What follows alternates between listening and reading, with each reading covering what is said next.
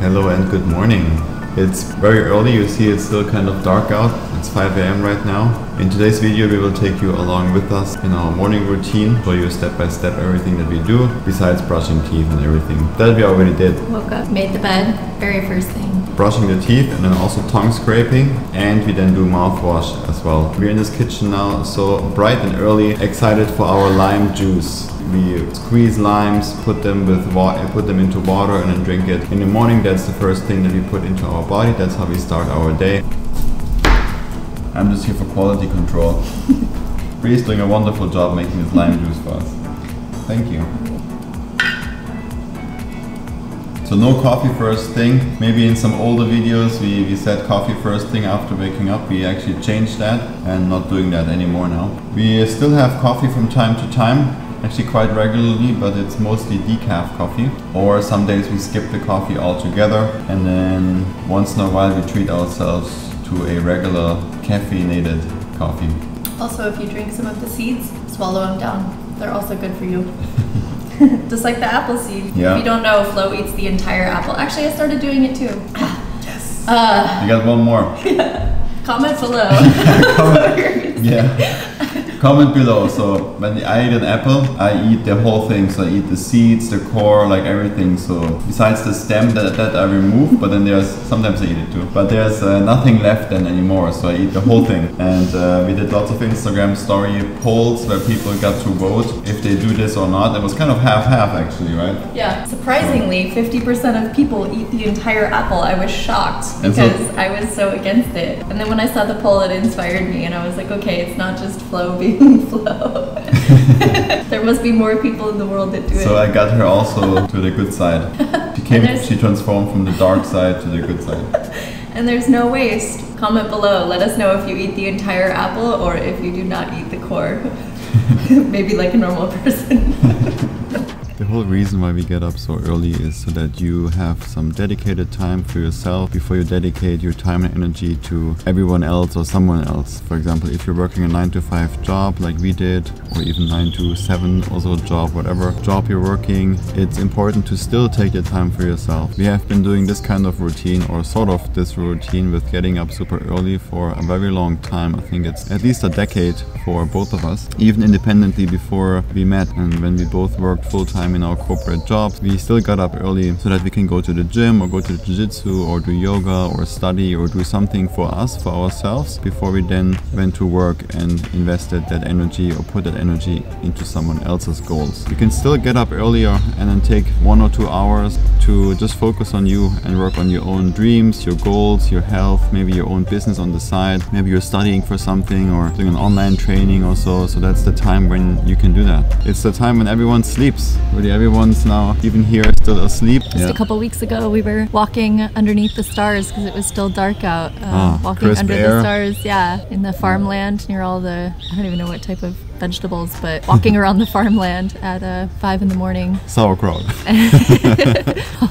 Pretty cold, so we had like gloves on and hats and everything. Yeah, it's really great if you can also be outdoors for part of it and sort of wake up with the world and with the planet and catch the sunrise. It's very calming effect and very inspiring to help you get through your day. And very magical too, because everything goes with the sun and the whole world wakes up with the sun, goes to sleep with the sun, all the plants, all the animals. So it's nice to go back a little bit more towards that natural rhythm. So far we have not checked any of our devices, no messages, no nothing. This is really the sacred hour in the morning. For us it's a couple hours, but at least an hour for yourself where you are not available to anyone else. Don't get caught up in checking your Instagram and your Facebook and your emails. Don't do it yet. Especially laying in bed. Yeah. Because then you're laying in bed, your alarm goes off, and then you start scrolling through, and then pretty soon 30 minutes has gone by, or however long, and then you realize that you're late, and so you jump out of bed and you rush and you get dressed, and pretty soon your entire day is based upon the foundation of stress and anxiety, and that's really not how it has to be. So if you can keep your phone away, reduce the distractions so that you can just focus on you, then your entire day is set up with such a stronger foundation for calmness and peace and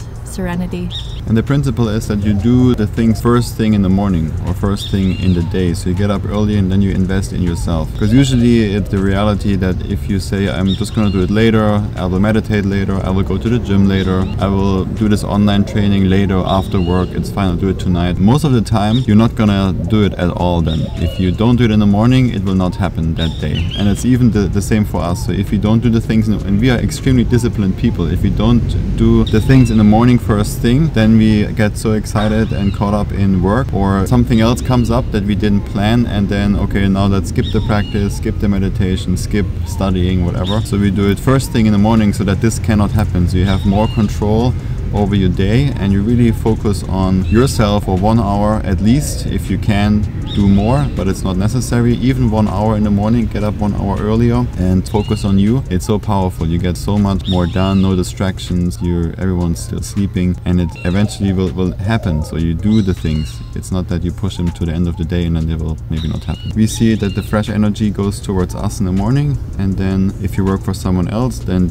all the remaining energy goes to someone else. Because if you're working for someone else, then you're ultimately working for their goals. So take the fresh energy first to focus on your goals. What do you want? Most of us are not self-employed, so you're not working for yourself throughout the whole day. First it's you, and then it's someone else. A very good resource we can recommend is the 5 a.m. Club by Robin Sharma. It's a book that we actually just read this year, although we have been doing morning routine and everything already for a long time, but not that strict with getting up at 4:40 or 4:45 so that we are up and going at like 5 a.m. This book really inspired us to be really strict with it. We also put the link to that book in the description below.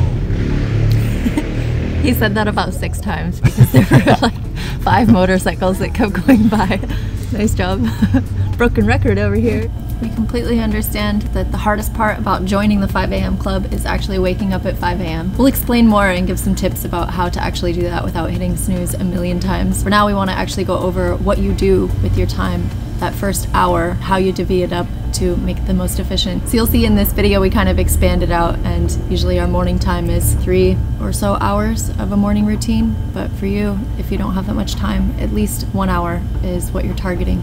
The principle is the same though, how you divide that time and what you do in that morning routine, hour or 2 hours, 3 hours, whatever that time slot. And there's 3 areas you want to focus on. One is movement and working out, doing something good for your health and exercise. The other one is journaling or meditation. So you're going more inward and reflecting on your life, or going deeper into meditation, writing down some thoughts, writing down some things that currently are going on in your life. And the third part is to study, grow and learn, to learn something new, maybe do an online training, maybe read books, maybe listen to audio books, something like this that helps you get more input in, so that you can learn and grow. Also, the time later when you go to work is a beautiful time while you're driving or commuting to learn and grow. Robin Sharma calls it the traffic university, where you're basically listening to audiobooks while you're driving to work in your car by yourself, maybe for 1 hour, or while you're commuting on a train, or so you can read and listen to audiobooks so you can learn and grow actually while you're just driving to work.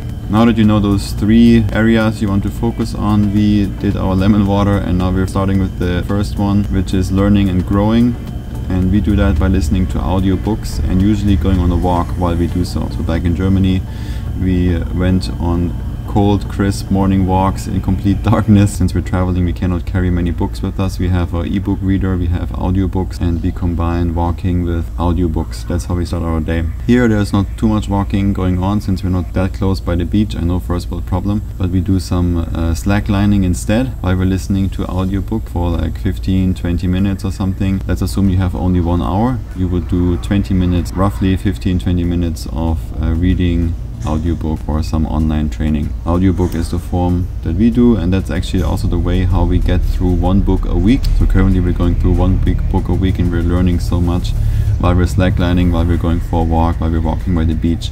Something like this. Of course, this is all now here very nice, and you might be thinking, oh, it's so nice for you guys, Flow, to get up so early, the sunrise is so early, and you have the beach and the weather is so nice. And yeah, it definitely helps to have this like nice environment, but it should not be an excuse for you to not do it. We did not have this for the majority of our life, and we grew up in very cold places, and we still got up really early to follow this routine that we're describing in this video. So even if you're living in Alaska and the sun rises at 9 or 10, or maybe you live somewhere in north of Norway and actually only have 2 hours of sunlight sometime, it's still not an excuse to not do your morning routine and not focus on you. You are a really high priority, so it just depends how important are you for yourself, how important is your health to yourself, how important are your goals to yourself. And if those are important to you, then you will find the motivation to get up early and to work on all these things before you go and work for someone else. Same thing can also be said for people that have kids. And we understand that having kids changes everything and the dynamic of your sleep cycle, and like having so much demand all the time for your attention, but it's still not an excuse for you to not take care of yourself. You already give so much of your time and energy not only to your boss or your job or everyone else, but also to your kids. And so that's why it's even more important that you take the time and that you carve out the time wherever it is in your morning. And if your kids are waking up at 6, then you wake up at 5. If your kids are waking up at 5, get into the routine of trying to wake up at 4 so that you can still have that 1 hour to yourself. Don't give up on it, especially at the beginning. The beginning is the hardest part. Probably the first month is going to be really tough, but the more that you build the routine, then your circadian rhythm starts to sink in, and then you naturally wake up easier as your alarm goes off at 4 or 5 a.m. So no excuses, no matter where you're at in the world or what your situation is. There's always a way to invest in yourself and practice self-care and self-love. We have a couple of our friends that have kids and babies, and after teaching all these principles to them, because they were complaining, I have kids, I have no time, and it's my body's suffering, I'm not as fit anymore, I cannot eat that healthy, or I cannot meditate, all these things, I cannot grow and learn. Then they changed their morning routine, and now they actually have the time to focus on them, and they are a lot happier, and they can show up more fully and more present and more refreshed and happy for their kids and for their family. So everyone really benefit from you doing a solid morning routine. One last point before we go slackline about sleep. So if you're, for example, thinking that you get to bed at 12 a.m. and then now you should get up at 5, that's only 5 hours of sleep, that's no good. Yeah, that is absolutely not good. And the problem is not the 5 hours of sleep, the problem is you going to bed at midnight. We highly recommend you still get at least 6 hours of sleep. We strongly recommend you get 7.5 if you know the sleep cycles and how the body works. It's roughly a 90-minute sleep cycle, so 90 minutes, and then it repeats 90 minutes and it repeats. So you want to sleep a multiple of 90 minutes. This is why it's 6 hours, 7.5 or 9. Within this window we also move between 6 and 9, but the average on most days we get about 7.5, which works for us the best. So now if you want to get up at 4:30, then yeah, you have to go to bed at 9. And when we say going to bed at 9, I know it sounds pretty crazy to think of actually going to bed at 9, especially if you're used to going to bed at midnight. Like sleeping at 9. Sleeping at 9, yeah. So it actually means crawling into bed at 8:45 and allowing yourself to wind chill down. out, wind down, yeah, before you close your eyes and go to sleep. Even before that, backing up even more, like at least the 1 hour before you crawl into bed should be no devices, no electronics, no TV, no Netflix, any screen time, because that's also keeping you awake and it's providing stimulus for you, and it's harder for you to not only fall asleep, but you also do not get as restful of a sleep. If you realize that all you're doing the last few hours before you go to sleep is just spending time with electronics and just sitting there and just letting all this information just dump into your brain and give you stimulus, then it's also an opportunity for you to be more aware of where you're spending your time and what you're spending your time on, recognizing that each minute of your day is incredibly valuable. So you should choose what's coming into your eyes, you should choose what's being absorbed into your body, into your nervous system. Make a point of what it is that you're doing in the evening and see if you can start eliminating the items and the things that are not doing such great things. It doesn't make any sense to sacrifice the sleep and to really be sleep deprived only that you can wake up at 5 a.m. That's not the point. The point is to focus your energy on the things that are really important to you. Change your whole routine so that you spend your energy and time on things that are really, really meaningful. And that means going to bed earlier so you can get up earlier. You don't have less hours in the day, you actually have more hours because you're spending that morning routine by yourself and you get so much done. So much stuff usually you would not get done in a whole week. And so you get that all done in 1 hour or 2 hours in the morning. It's an incredibly powerful tool and really helps to optimize your life and to really go for your goals, go for your health, go for your inner growth, your spiritual growth, your growth in learning anything. If you want to learn more about the science of sleep, then you can also check out the book, of course, link in the description below, called Why We Sleep. And that gives a really good, thorough scientific breakdown of everything you need to know about sleep and more. Time for slackline. Let's do it. Now audiobook and slackline for 15-20 minutes, maybe walk around a little bit. Slackline University. Slackline University, yes. Nice.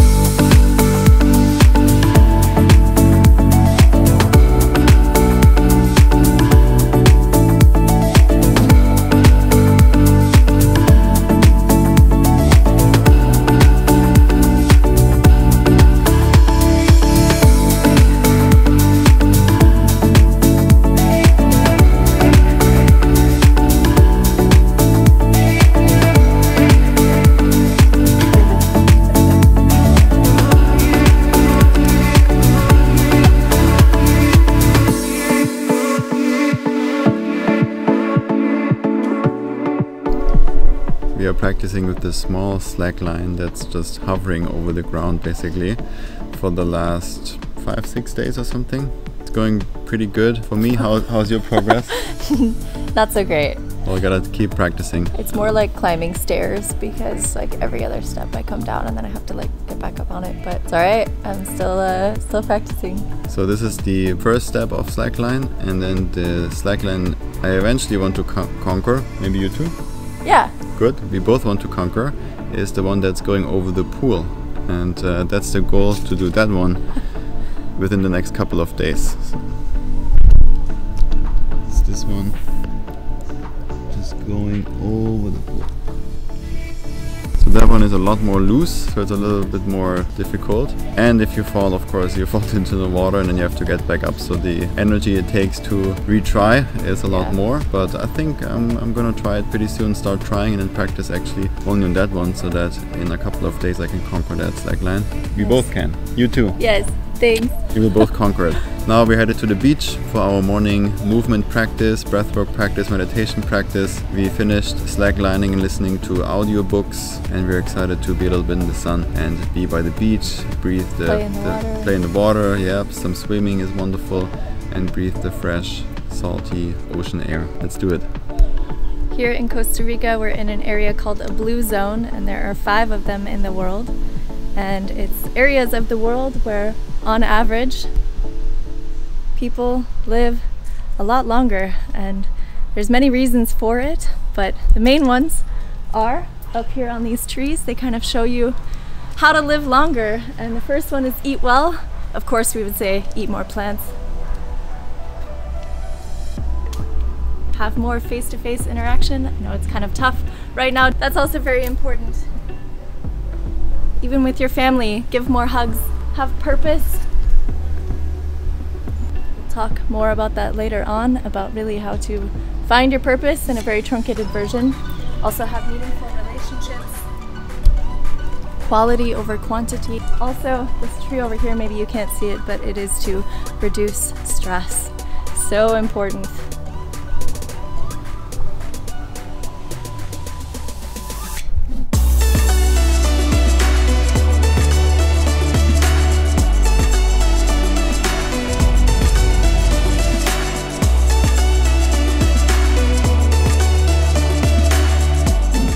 Made it to the beach, and we are just practicing with no mats. We're just practicing outside, free flowing, so we're not restricted by the 4 corners of the mat. Usually we of course use our mats and do indoor practice and stuff or outside, but not today. And we just use the whole beach as our playground. So we'll do some primal movement, some animal flows, yoga practice, yoga movements, handstand training, breath work, meditation, so long, full practice. And it will probably be around, I don't know, 90 minutes or something like this. We really take our time. Here's lots of surfers by the beach. Just amazing, very good surfing beach. Yeah, so let's go have some fun.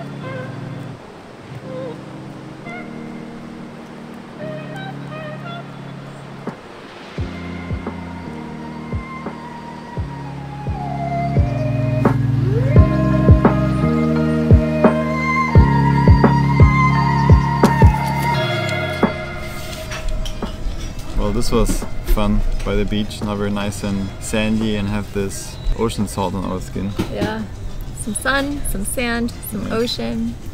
Can't go wrong.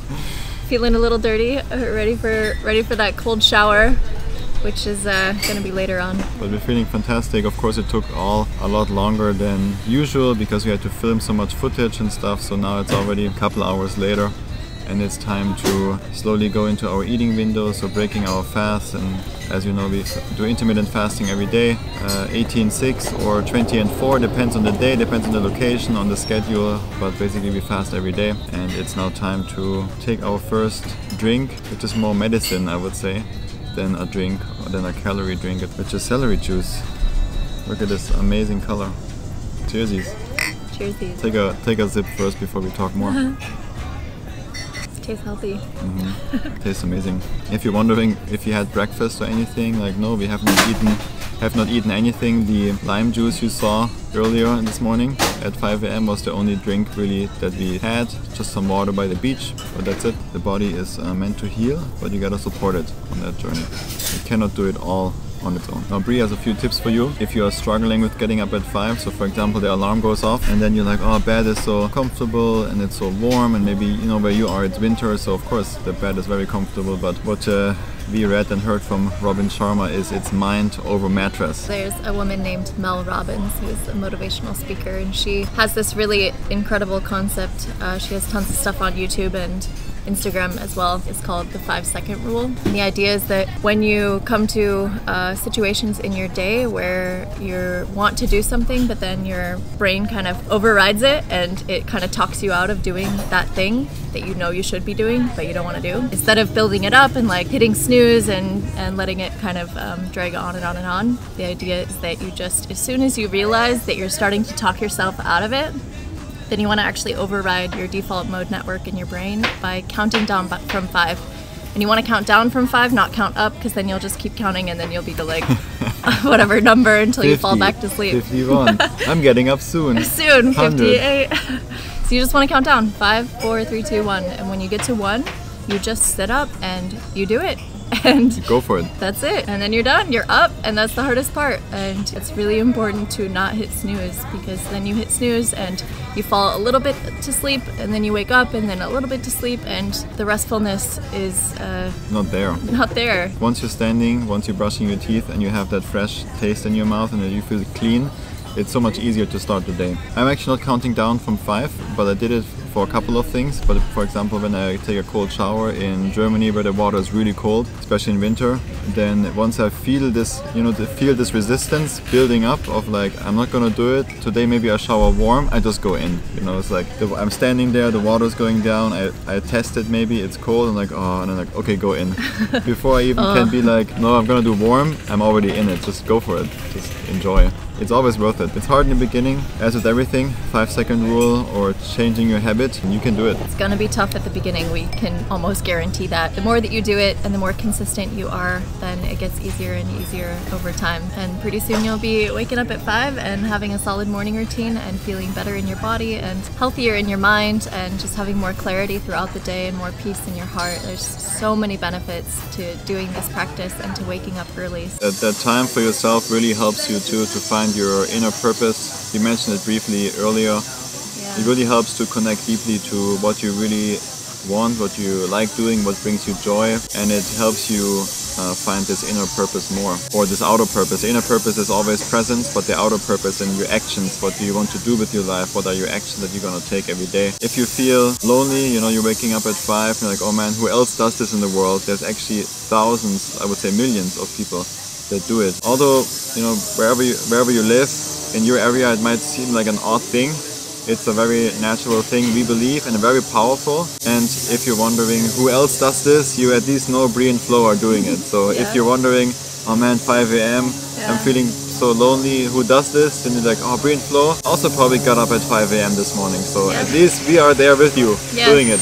We're cheering you on. Well, it's getting quite loud here. There's a juicer going, there's construction going, so we'll end it here. Comment below if you like this video. Maybe you're already part of the 5 AM club. Some people have been doing this for already decades. That's amazing. Let us know. We would love to hear. Please subscribe. That really helps us out. And we'll see you in the next one, maybe at 5 AM.